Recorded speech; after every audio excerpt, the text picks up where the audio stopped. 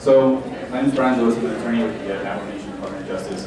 And I'm here really to discuss two things primarily with you. And that'll be the LGA Trust Fund and the statutory authorities that you give in Title 26. So, but I have a commentary on just about every one of these areas that are listed under MO Section number 1. One, the LGA Trust Fund. The LGA Trust Fund establishes a $160,000 payment to you upon obtaining LGA certification from the Resources Development Committee. That trust, or you as the beneficiary, once you receive it, so long as you comply with Title 12 guidelines and some of the other financial or expenditure guidelines, like the first thing that comes to my mind is the procurement code, you're fine to use the $160,000 as you choose.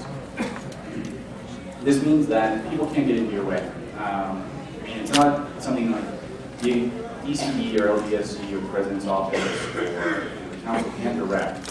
They can advise you how to spend your $160,000 when it comes up. DOJ can similarly give you advice on just exactly how to allocate and spend your $160,000. However, as I said, so long as it's in line with other financial guidelines, notably the procurement code or the other Title 12 guidelines. And then as well, I've also drafted a memo on the LGA Trust itself, and there's a listing of limitations in there, or prescriptions, if you will, as to how to advise to spend your money and what you can do expressly. But outside of those express limitations, you're pretty clearly able to expend your funds in a manner consistent with the law. So a good example that I've heard of is some chapters immediately upon obtaining LGA certification are advised to obtain a consultant. And that's good advice. I think that if you have a consultant in place, especially someone who has advised chapters post LGA certification before, that can be beneficial.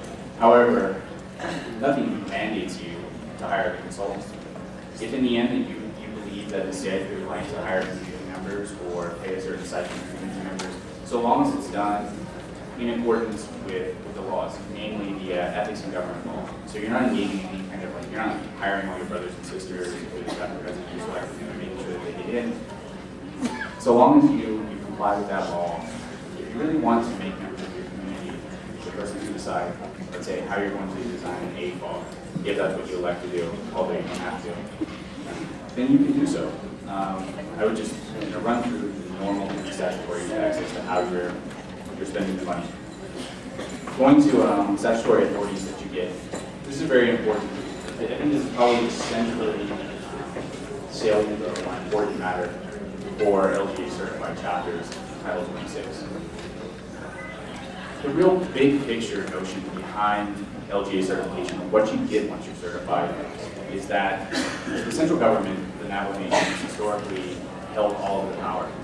And that means, the biggest authorities that I can think of are things like taxation, zoning, exercising eminent domain.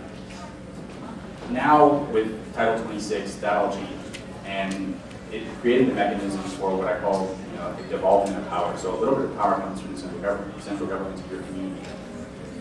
And it's actually pretty profound, something that the rest of the nation is kind of trying to deal with and trying to figure out how that all works and how it plays out, and where those kind of conflicts of laws, where the answer lands. Because there are certain things that the central government has to do for federal law purposes or its interaction with other sovereigns like the surrounding states. But there are certain things that the law is intended very clearly to devolve the authorities that we down to chapter. In exercising those authorities, though, I guess the best thing that I can say in terms of advice is, one, have very specific, nothing stops you from drawing up very specific and detailed regulations and basically rules of the game that will outline how you exercise those authorities. So when you want to take away someone's reason permit, there are certain things that you're going to have to comply with, both in Navajo law, namely the Bill of Rights, and within federal law. And so if you're going to exercise a very big power like that, it's good to have very clear, thorough outline rules of the game, how you do that. Beyond telling you that, the statutory authority question is launches. Like I said, it's probably the biggest thing. I don't even think that, just to be frank, this is all a gray area.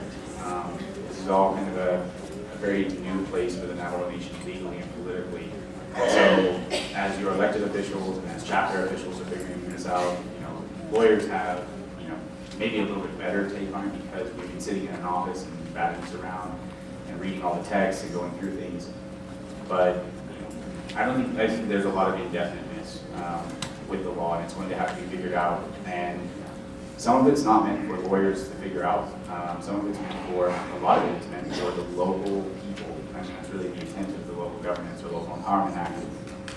A lot of it's to be figured out by the local community or the local communities, because those are the people, your constituents, the people in your community are the ones that every day in and day out, are going to live with the rules that are created and that are enacted, and how those rules are applied, and what the results of the application of those rules are to your daily life and your factual circumstances. I don't live in the Chi, I don't live in Kaibito, I don't live in Nos Chitty, I live in Window Rock. And so I shouldn't be the one, I can give my advice, I can make commentary, but I shouldn't be the one who's deciding these things or pointing to decide them. It's really the local government officials and the local community and communities working together. So as far as my comments go, I'm better at taking questions and trying to give answers to specific questions. That's what I have on those two things. I'd say that, just quickly, I'd like to touch on something. Employee benefits and retirement. Whatever you're receiving from the central government, the LGA doesn't mean that you get cut off. I mean, the Navajo Nation central government still has certain obligations to all of its political subdivisions that have to be adhered to and complied with and fulfilled. And it's just a matter at this point of trying to figure out how that works on a technical, just kind of mechanical, day-to-day basis. How is it that you become LGA certified, yet still continue to receive your employee benefits and your insurance and everything else, and how do you negotiate those agreements, and how does that go down? It's it's not something in which you just get like a child thrown out into the winter out of the house there. You're still a part of the Navajo Nation, you're still a part of the political subdivision, and you are still entitled to many of the benefits that you received before. It's just that now you have the authority to negotiate a little bit better, and then exercise more authorities with the resources that you have, and to determine the outcome in your local community. With that, I'd like to pass on the microphone, and then afterwards, I guess I could field questions or discuss this in private with